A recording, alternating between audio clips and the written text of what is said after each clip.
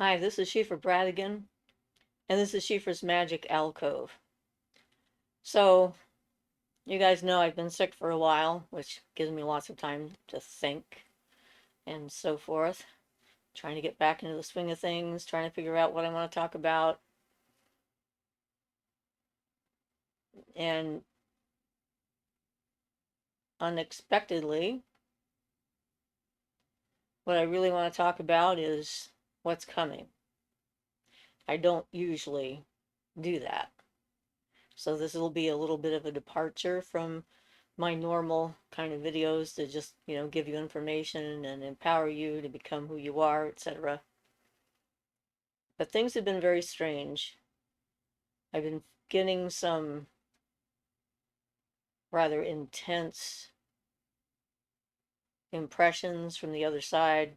I don't know how to describe it. It's like things are disturbed, extremely disturbed, kind of like holding their breath, maybe. Sort of an idea of that. My dreams have been similar, most recent one being um, a fire in a wall outlet, and I couldn't find a fire extinguisher, or I found a fire extinguisher but couldn't figure out how to put it out. Things were wired wrong, and it seems a pretty clear metaphor for everything else that's going on. So I'm concerned about the future.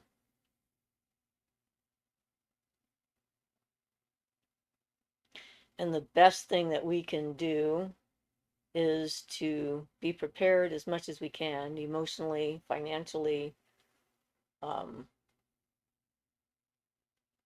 physically, to be paying attention to everything that's going on around us more so than usual. My country has elected an evil person. I know some of you voted for him, and many of you will disagree with my perceptions of what's going on. But that's fine. I could be wrong, and that would be good. He has shown himself as who he is, and yet people still voted for him. Racism and prejudice is on the rise where I live, even, and I'm in a pretty small town, but all around, everywhere, not just here in the United States, but around the planet. We've been going in this direction for a while. The planet has, for sure. It's been a repeat of a pattern that's been around for several thousands of years at this point.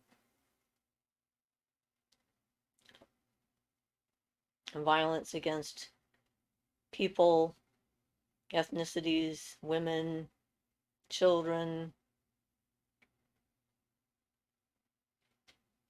those who are different, who don't fit into the norm, has been on the increase. My hope is that this is, in reality, the last gasps of the supposed evolved humans who have decided that they know better than everyone else how things should go and how the world should be.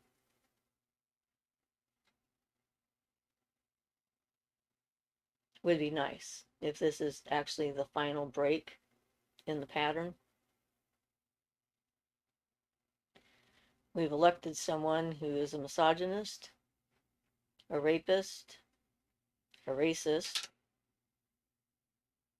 full of greed, only cares about himself and power, wants everything to go his way, does not want to allow dissent,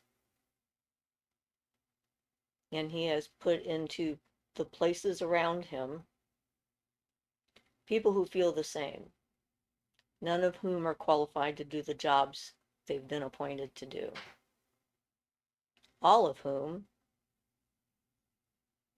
basically are put in place to dismantle the agencies that they're put in charge of.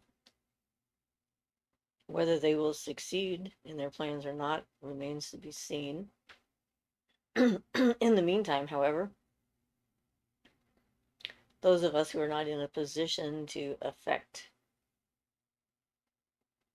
policy are left to figure out what to do and how to best survive what may come.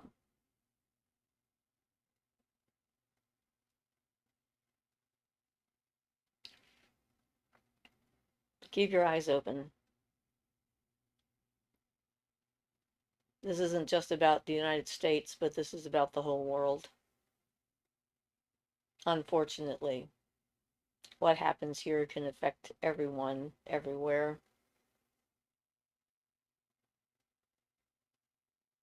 Not that I want us to sink into despair, because that's not going to help us or anyone else. But we need to be practical, and we need to be paying attention and not have rose-colored glasses. If you are a member of a marginalized community, you need to do whatever it is that you can to protect yourself. During the Inquisition times, a lot of witches joined the Catholic Church and hid in plain sight. I was thinking about that. That might work for some of you. I don't know if it will work for any of us right now or not, but it's a thought. If you can camouflage yourself, if you can be in a protected environment, if you know who you can trust,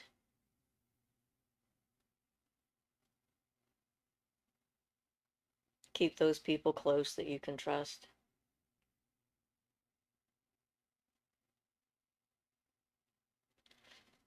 There's a lot of unrest.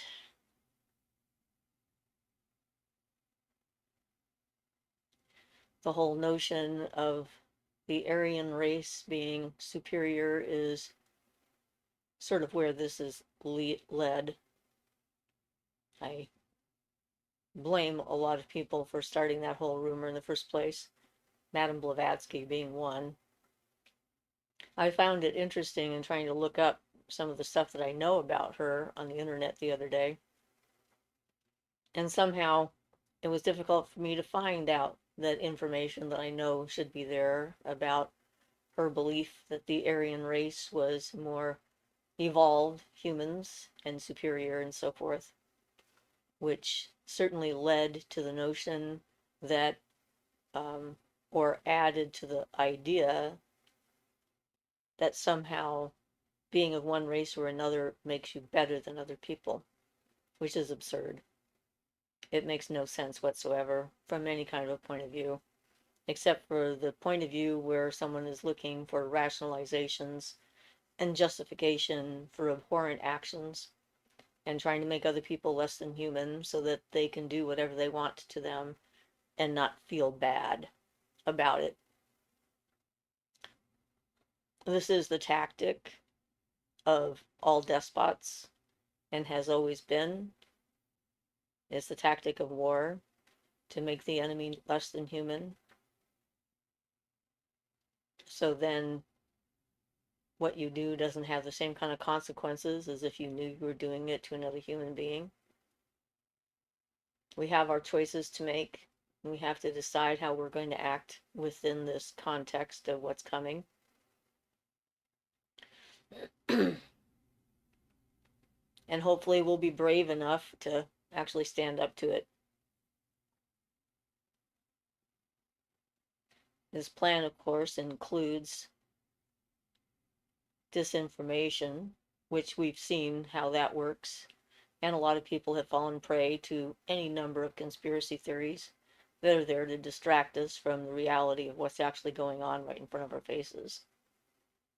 Make us worry about aliens or other forces behind whatever, so that we don't pay attention to what's standing right in front of our faces.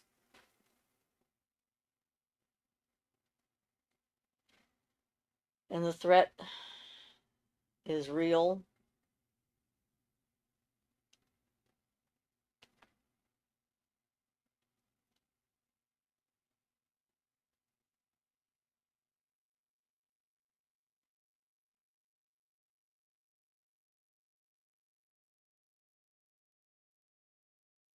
The plan is to go after people who disagree with them.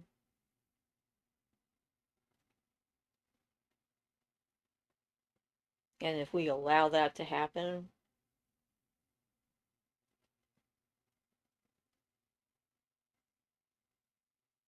we're in for a rough ride.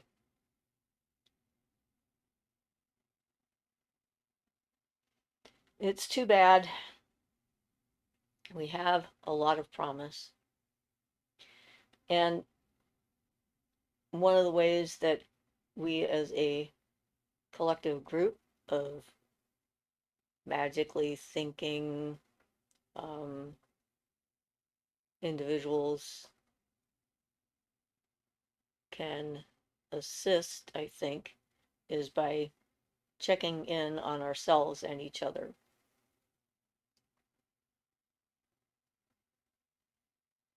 If you're expecting someone from an alien civilization to come and save us, you're looking in the wrong place. The only people who can save us is going to be us. This is our test. This is our planet. This is our culture. This is what we'll be left with if we don't stand up for ourselves.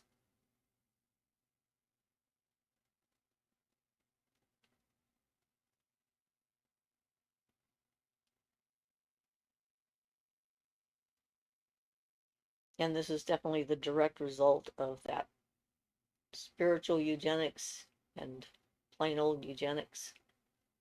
The notion that some people are superior to others and their will should be imposed upon those lesser races that are out there.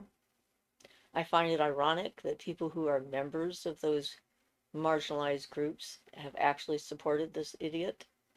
And yes, I call him an idiot.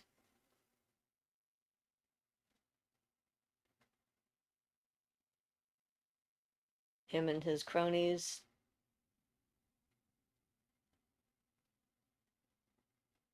They know how to use people and bully people, take credit for things they haven't done, pretend that they care, which they don't.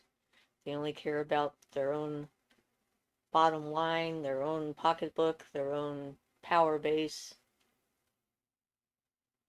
Sociopaths, a lot of them.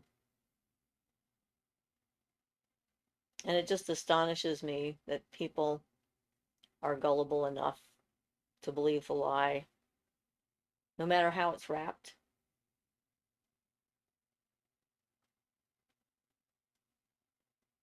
From a political point of view, I've lived through a lot of administrations.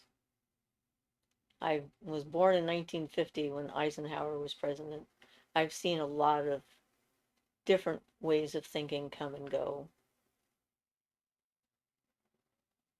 I've never seen anything like this. This is a new thing. This is something different. This is not just a different party. This is a different animal, a different creature altogether. This is not about Republican versus Democrat. This is about humanity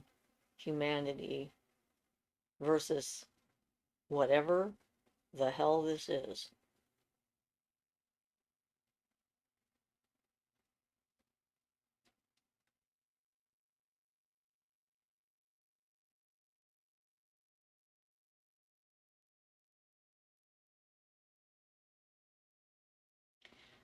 The problem with spiritual eugenics is not just in the political arena, obviously. And it's not just in Christianity or Judaism or Islam. The idea that they have the one true God, the only true answer, etc., is really a symptom of spiritual eugenics when you come down to it. The idea that they have the answer, the only answer, the best answer, the one that needs to be followed regardless of whether or not anyone else agrees with them. And if you don't agree with them, violence is the answer to force you to comply. That in itself should tell you everything you need to know. If violence is the first response to disagreement, there's a problem with the actual idea in itself.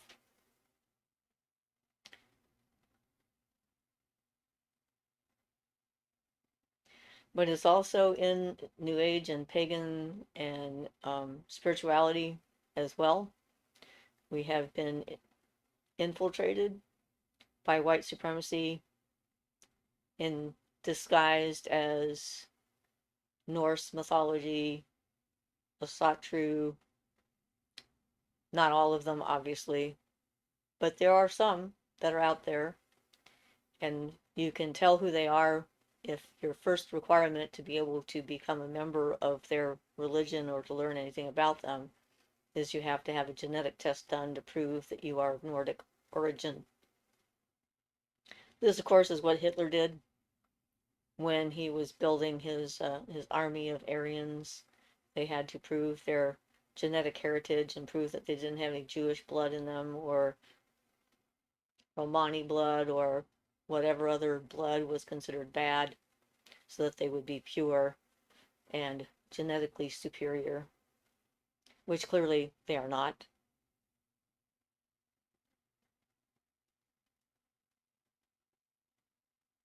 This idea that anyone is superior to another person by virtue of where they're born, how they're born, what they own, how much power they have, what race they are, their genetics. That's the bad thing. Anything that comes from that is going to be bad. And I've talked here and there about fruit of the poisonous tree. This is definitely that fruit. What you see is conflict and confusion and fear.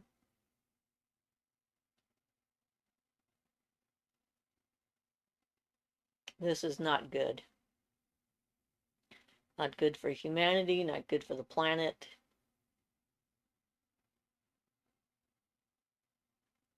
Not good for anybody, except for those elite few who want it that way. So I guess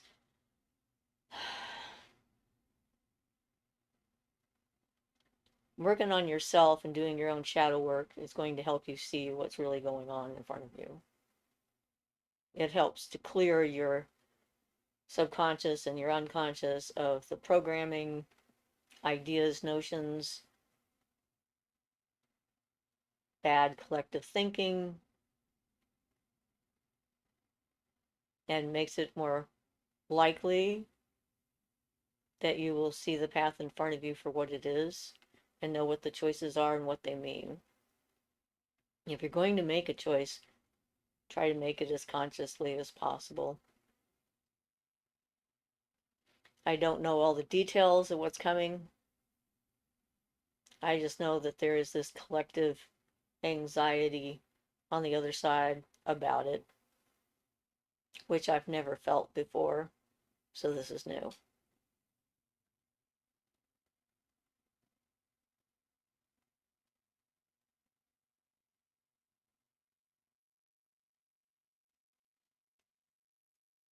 I was born an outlier when I first came here. I was hoping by now I wouldn't be still an outlier. It's a very strange position to be in, to be able to see things a certain way.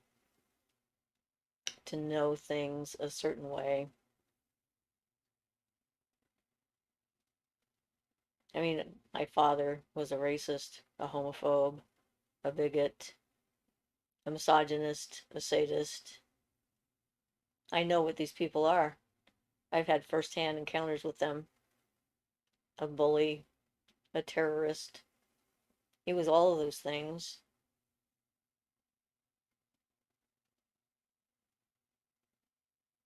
And I managed to survive physically. I was severely damaged emotionally, psychically.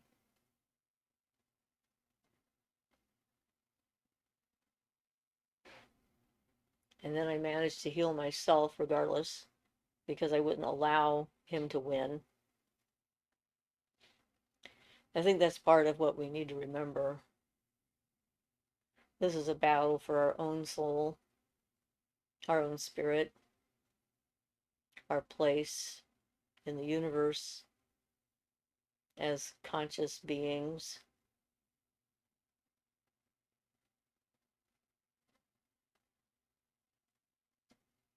I'm not sure exactly what the right response is. Every situation is going to be different. When I was doing protesting at the Nevada test site to try and help stop the continued explosions of hydrogen bombs in the Nevada deserts, to see how reliable our arsenal was. I did a lot of classes in nonviolent protest, and certainly it is a different kind of an approach to take. And one of the things I learned during all that was that everyone has to decide what they're willing to risk, what is okay, because everyone's situation is different. Some people went in to get arrested using their real identity because they decided it was important enough they wanted to put themselves, their real selves, on the line. Other people went in with a false identity because they had other people in their lives to protect and they weren't ready or willing to do that. I've been a protester from the time I can remember. My mother and my brother and my sisters all protested the Vietnam War. So I've been doing this since I was a teenager. Sort of interesting thinking about it that way. But when you know something is wrong, you know something is wrong. When you see someone getting abused, you can either take steps to try and stop it, or you can stand by and watch it happen. You can be a witness and a voice, or you can be silent.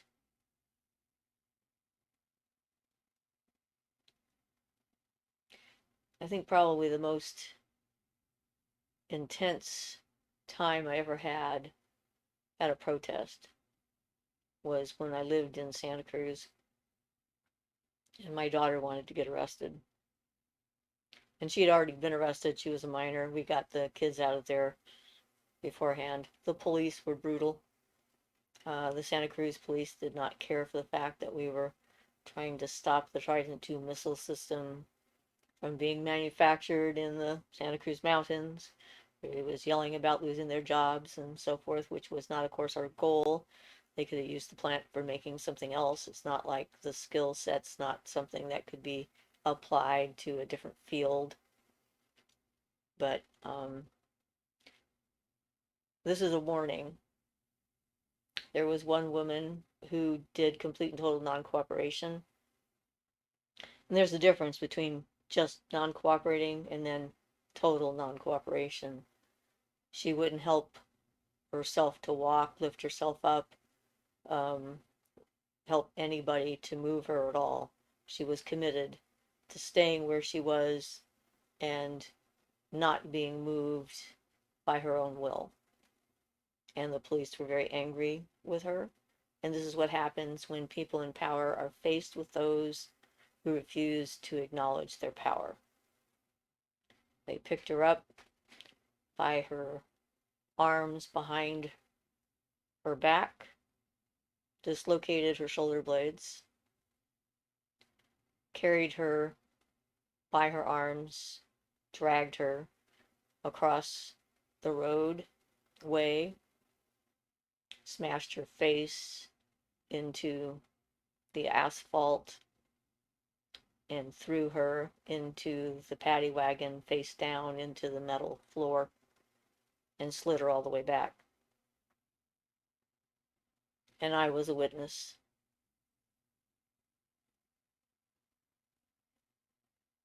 There was a cordon of police officers in front of me and the woman standing next to me as they were arresting this individual. And the entire time this was going on, that woman was singing.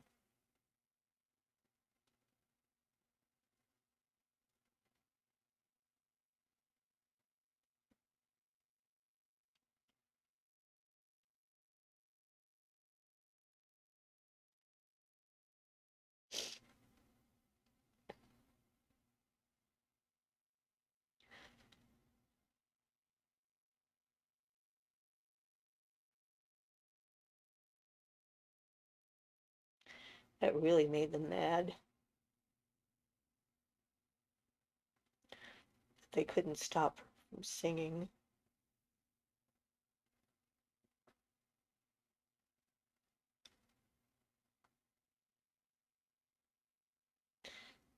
And you could hear it in her voice, the pain.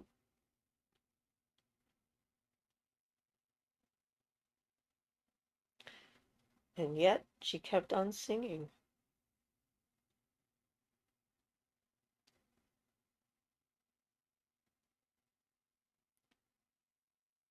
She never lost a note. She had a beautiful voice.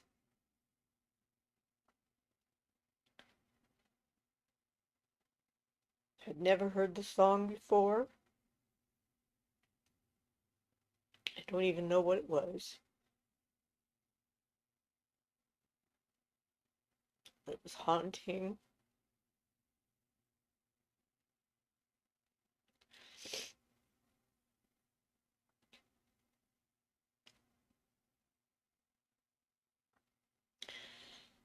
And the woman I did not know who stood next to me, we were just wrapped in each other's arms crying. Because what could you do but feel what was happening? In front of us,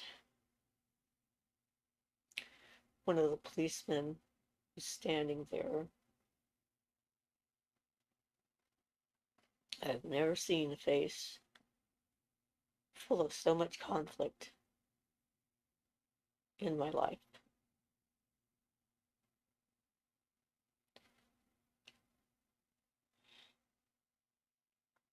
The woman asked me, why? Why are they doing this? And I said, I don't know. We're only trying to keep people safe.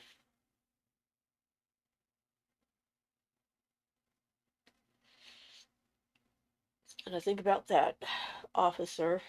I don't know what happened to him after that event, but I think he had a hard time sleeping. I think he might not have stayed an officer long after that event.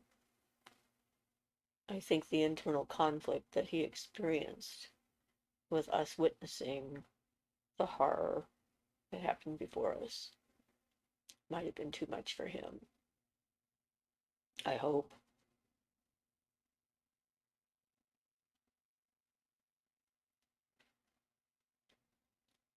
I hope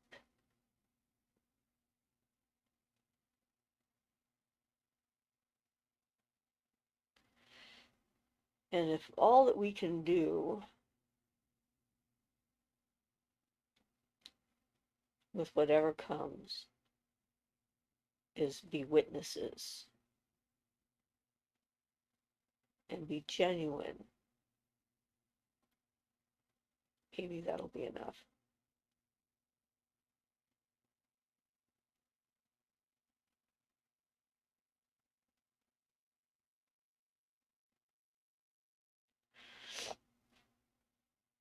So,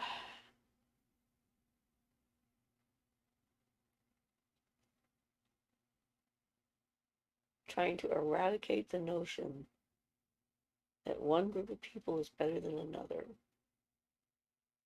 One philosophy, religion, way of living, way of loving is better than another is the core of this problem. People being afraid of those who are different from them is the core of the problem. People feeling threatened by the fact that other people exist who are not like them is the core of the problem.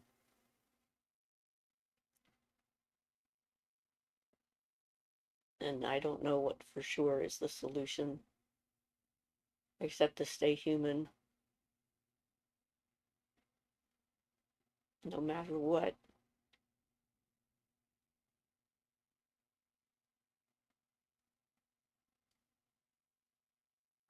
So,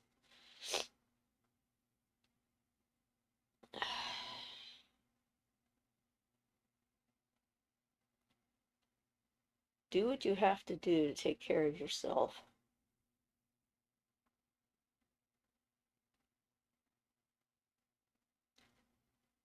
Get your resources together as much as you can. Pay attention to the signals, the hints that the universe might throw your way. And stay human.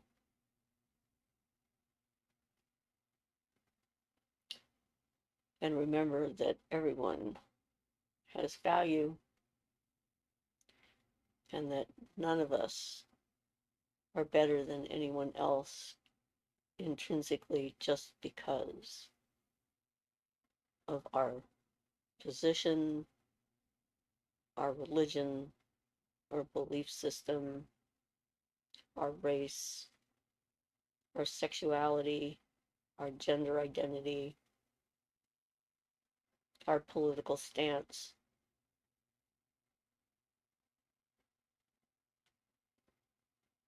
We're just all different.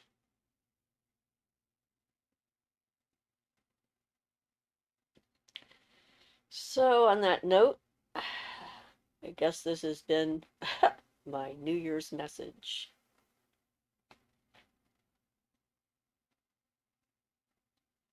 Hold on to your hats.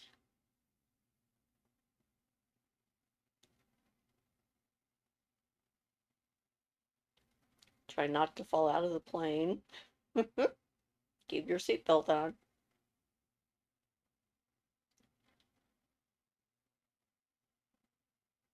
And try and find the joy in little things like your backyard, or your trees, or the birds. Because regardless of what we do, they'll still be here.